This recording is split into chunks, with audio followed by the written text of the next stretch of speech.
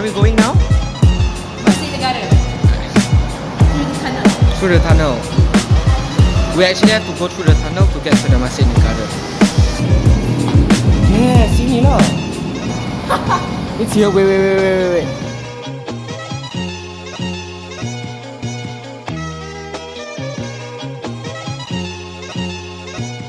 Right now, I'm standing in front of the National Mosque of Malaysia. This mosque was constructed in 1963, but it was finished in 1965. This mosque can hold up to 15,000 people, and it's about 13 acres large. 22 meters, that's about 53,000 square meters. Behind me, you can see that the parking lot is very spacious.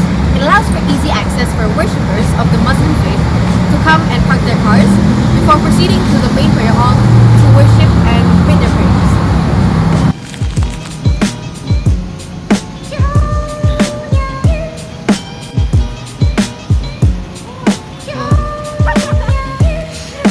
Oh, hey, I've seen a Vine about this tau. Jabatan apa? Oh, Jabatan Agama Wilayah? no. Tak.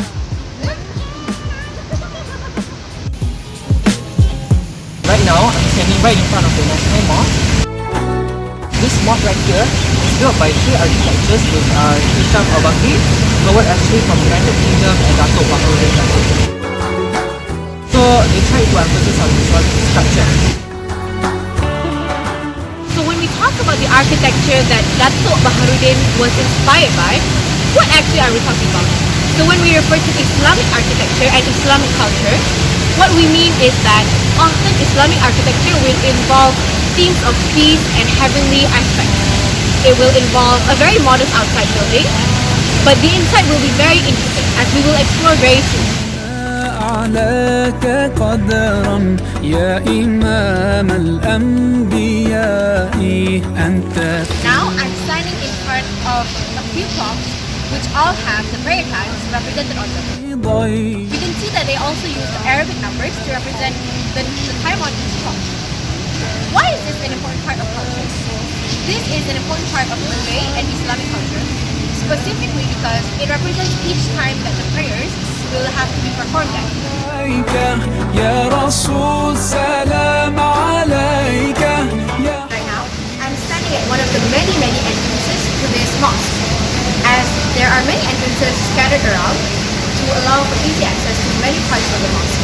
عليك يا رسول سلام عليك يا حبيب سلام عليك صلوات.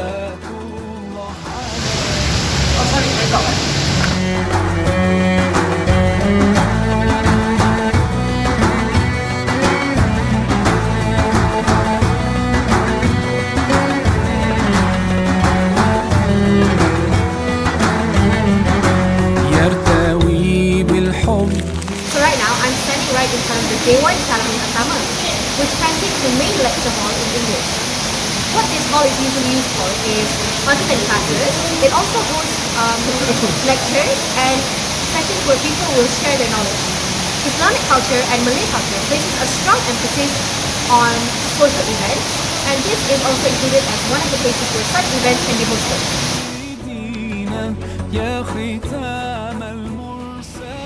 Right behind me is the National Mosque's minaret. In Arabic, minaret is derived from the word beacon. What does a minaret serve as? Here in the National Mosque and in all other mosques, the minaret is where the muazzin or the bilal will call for Muslims to perform their prayers once the prayer time starts. It serves as a beacon of light that guides Muslims back to the path of worshipping their God.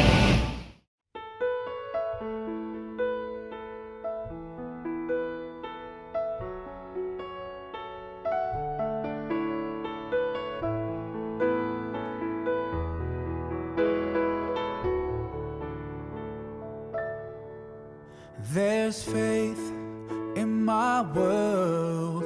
It comes back to your teachings and all your words. From your life I have learned to be patient and caring at every turn. The reason I'm strong, you're where I belong. In a world spinning out of control. Hello! Now we're standing in the National Mosque's gallery. So here we actually have a very helpful diagram that will help us show you what it looked like in 1965 before its renovation and what it looks like currently after it was renovated.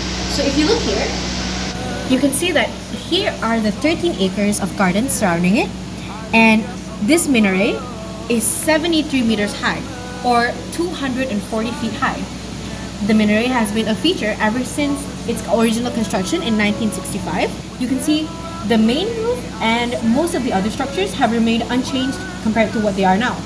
You can see that the minaret's cap, a kopia, is a folded one if you focus on the tip of it. As you can see, compared to the older one, it's much more updated and it has more decorations on the outside, as well as much more accessible pathways and more new fountains that were added to the outside. The interior was also expanded upon, but as you can see here, the most notable change is the blue color of the roof over the main dome. The main hall now has a blue roof that's covered it. Okay, so later, Malaysia gained independence from British force in 1957, and later the mosque was later constructed as a symbol of the independence.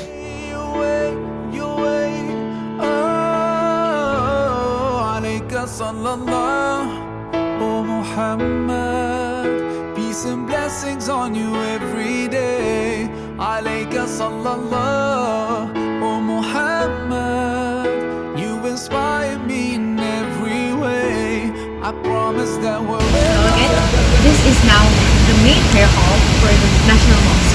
Where I'm standing, this is the main place where prayers, long talks, and khutbahs take place. This is also the place where people will conduct their Friday prayers, as well as other prayers. During history, mosques have always been a place of social gatherings and sharing of knowledge. So it is no wonder that these places are often held in very high regard. This place has become a very safe place, especially to Muslims and Malays alike. Now here, you can see that the indentation in the wall is what we call a mihrab. It indicates the direction of Qibla, or where the Kaabah is located. This also indicates the direction where Muslims will perform their prayers. Next to it, you can see a minbar, which is where imams on Friday prayers will give their khutbahs. Especially on Fridays, they are called khutbah Jumaat. Hello everyone, right now I'm in the main prayer hall. This is where all the Muslims will do their prayers. And then inside the prayer hall, there are some rules and regulations that you have to follow. For instance, for guys and girls, you have to make sure your aurat is covered. For guys, you have to make sure you wear loose clothing and make sure your knees are covered. And for girls, you have to make sure that you wear a hijab and make sure all your body parts are covered. Also, when somebody else is praying, make sure you don't disturb or disrupt them. So far from you, yet to me you are so close. Bukan. I rasa kat luar ni dah bukan kawasan masjid. My eyes to all the signs you put in my way. I walked every day further and further away. Jalan lah.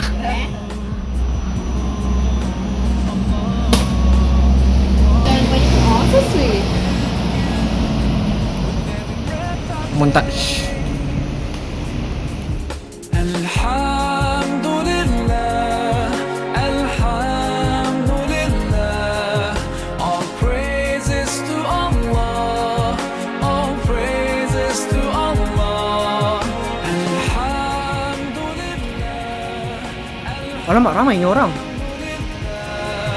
All praises to Allah, all praises to Allah. Hello guys, right now I'm here with Alayka and Fiqah. So this is the food that we got. Ayam kunyit. Nampak tak? Nampak mihun. Proud to see the truth and prostrate to you until I took the first step, and that's that's when you open the doors for me.